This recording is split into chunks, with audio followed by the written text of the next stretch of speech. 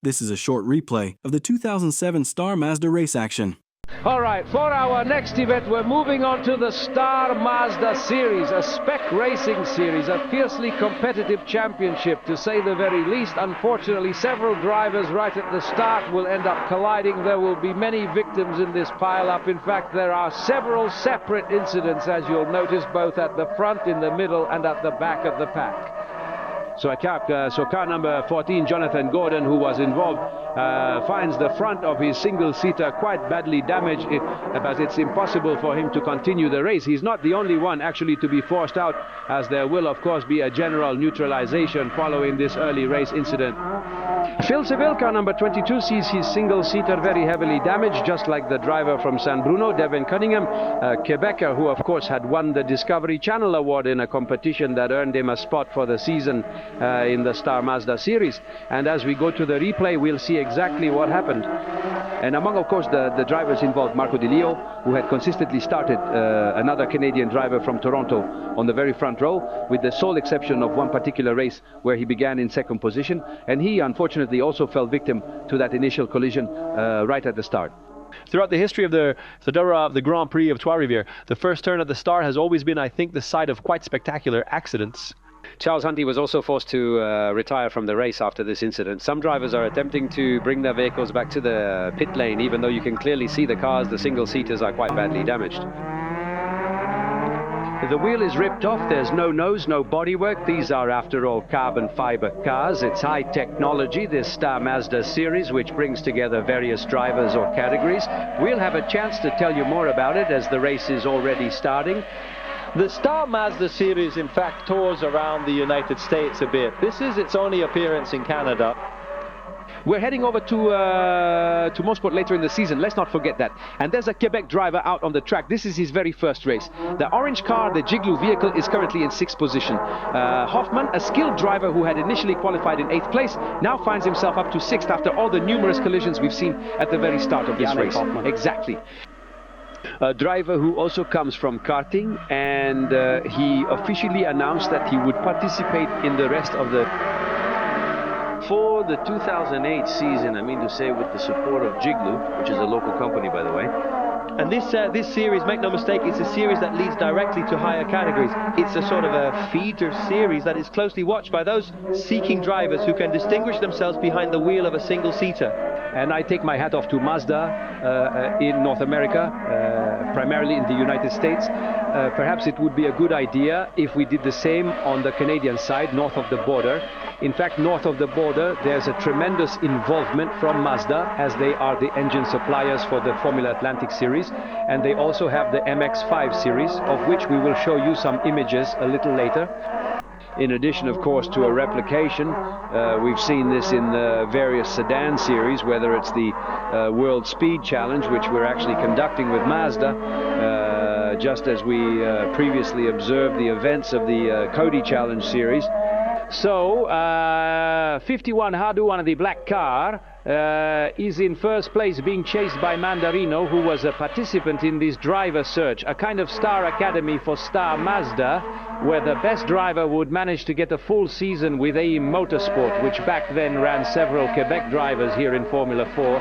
Ashley Todd, people who are that well known. Ashley Todd, who has also returned to competition in other racing series, in stock car, and now here we are. So Mandarino was one of those particular drivers who actually participated in that Discovery Challenge mission at that specific time, and who has, I believe I finished second or third. And which was partly managed by Paul Tracy, and which took place at Mont-Tremblant. Exactly. So Will Hayes, number 37, Cameron's teammate, number 19, is third, and fourth is White, number 69, Ron White, who currently holds 5th position. Yannick Hoffman is still in 6th place. So Mandarino, as we can clearly see, as time has progressed, that has taken the lead from Hardouin, the black car, which is right behind lot number 51. And it can't help but remind us of the well-known Formula Atlantic races, which feature cars of a very similar size, perhaps a little bit less powerful, but still they are quite comparable, you know. Yes, and the lap times are, of course, getting very close to what was achieved, what we were achieving, I should say, back then in Formula Atlantic here, which was the premier class for such a long time.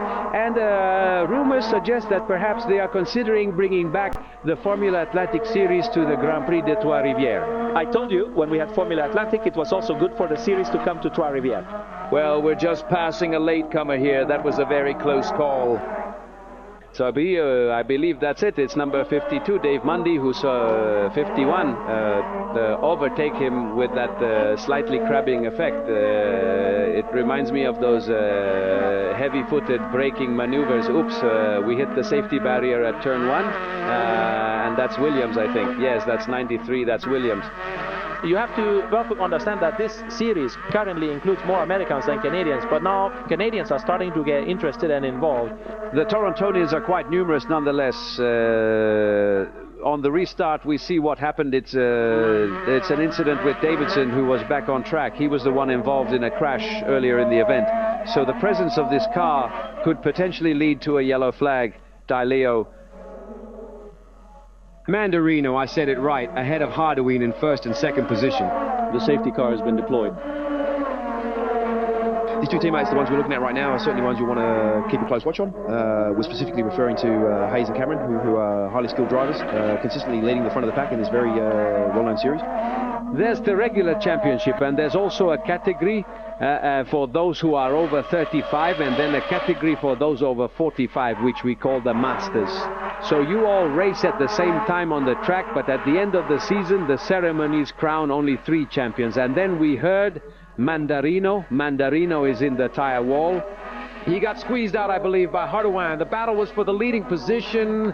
Hardaween is now able to get back on track. Mandarino is embedded deep within the tire wall. Certainly far from happy with the situation. Well, that completely changes the game, car 69. Whoa, ho, ho, ho. Ron White had taken the lead position, and then he spotted car number 19, Dane Cameron, in that blue and black car. The field is very close, and that's his teammate Nick Hayes in car 37 right behind him. So that's first, second, and third position, Eric. Most importantly, avoid contact between the two. You just saw what that resulted in. Contact between them usually sends the car flying. Some drivers will be able to continue, but Mandarino's car is completely embedded in the tire wall. Well, there it is. The yellow flag brings us a second full course caution for this Star Mazda category event. The rotary engine of the RX-8 that we find in this car is known for being extremely reliable. Yes. Listen, the engine isn't touched for the entire season. And we conduct dynamometer tests to ensure that everyone has the same power output.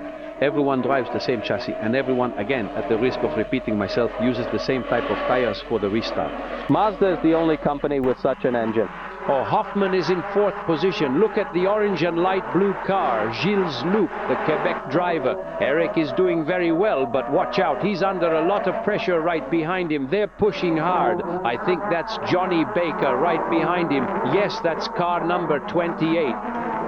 And as I said, all the drivers want to be noticed in this series because, as I'm telling you, there are many scouts who come to try to find someone who could be driving an even more competitive car in another series later on.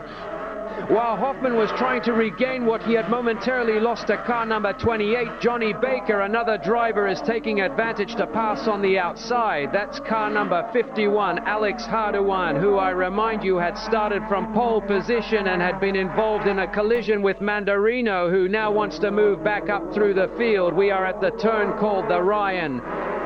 Just a moment ago, turn number 6, where we witnessed all that action. It's actually there that we see the most action during this Grand Prix, no matter the vehicle categories. And that's precisely where you unfortunately lost control and skidded. I was aiming for nothing less than victory. Listen, in the last 7 events before this weekend's 38th edition, I had 5 poles, 2 wins, and 4 second-place finishes. Unfortunately, over the past 2 years, specifically this weekend, I must admit things haven't gone well. Catastrophic situation number 6. The famous corner 6. It's finally the weekend, but what a costly hour this has been. And up front, just look at this, how incredibly tight the battle is for the second position. Oh, we've had contact. There are cars that are spinning out of control. Hayes with Hardaween. Oh, watch out. corner number 6 once again. They hit us from behind like that. I said Hayes, but it turned out to be Cameron.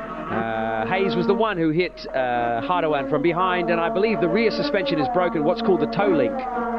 It's the bar that ensures the rear wheel stays perfectly parallel to the car. Look, you can see it very clearly bent there, completely to the right of the screen. So this is going to be difficult for Hardouin. Back to Watch this, he's heading to the inside on The blue and black car. We avert disaster, we managed to recover the car, but as we get back on track, someone else, unfortunately, is in the same trajectory. Cameron did quite a job to recover the car while resisting Hardouin, who was coming in a bit too fast. And now, unfortunately, for the 51, it's an abandonment because the suspension is really broken. And the car is not able to make any progress. Alex Hardouin, who is unfortunately forced to abandon the race. White, meanwhile, has managed to pull away from the rest of the pack, with the incident having just occurred right behind him at the famous Palier corner, where there's a little bit of runoff area, but not much. There was a car that was completely demolished in stock car racing on Friday during the practice session. A GS car, exactly. a Mustang that was totaled there. We should also point out that this track, in the end, these are the city streets, you know. Yes, as the checkered flag is about to drop, which certainly makes it a very challenging task for all the competing drivers. And as we now take a moment to review in images precisely what has just occurred. We can, while we're looking at these images, talk about how these streets are used during the week. Yes, and that's why you saw that particular turn, which is a bit special in turn 1, which can throw the cars off balance. Unlike a racetrack, the circuit is slightly crowned to allow water to drain, as it's normally a street used by cars. This means that when you exit a turn, you're in negative camber. So the track slopes towards the outside of the corner, which makes the task a little more difficult for the drivers. And as for crashes, do you want some? Here they are. We've certainly had more than our fair share of it in the Star Mazda series. Especially in that well-known turn, number 6. The renowned turn number 6, right at the end of Carmel. Before you even begin the Calon Straight, what a truly magnificent circuit and what an incredible atmosphere here at the Grand Prix de Trois Rivières. Here are the official results for this thrilling event. We saw a very happy Ron White, naturally, with his performance. He certainly has nothing to be ashamed of. Dane Cameron finish in second, Nick Hayes, his teammate, third, and Russell Walker fourth, and Yannick Hoffman, who concludes his Mazda career in excellent fashion with a top 5. We'll take a quick break, ladies and gentlemen. We'll be back with the rest of this 38th edition of the Grand Prix of Trois Rivières. Make sure to like and follow for more.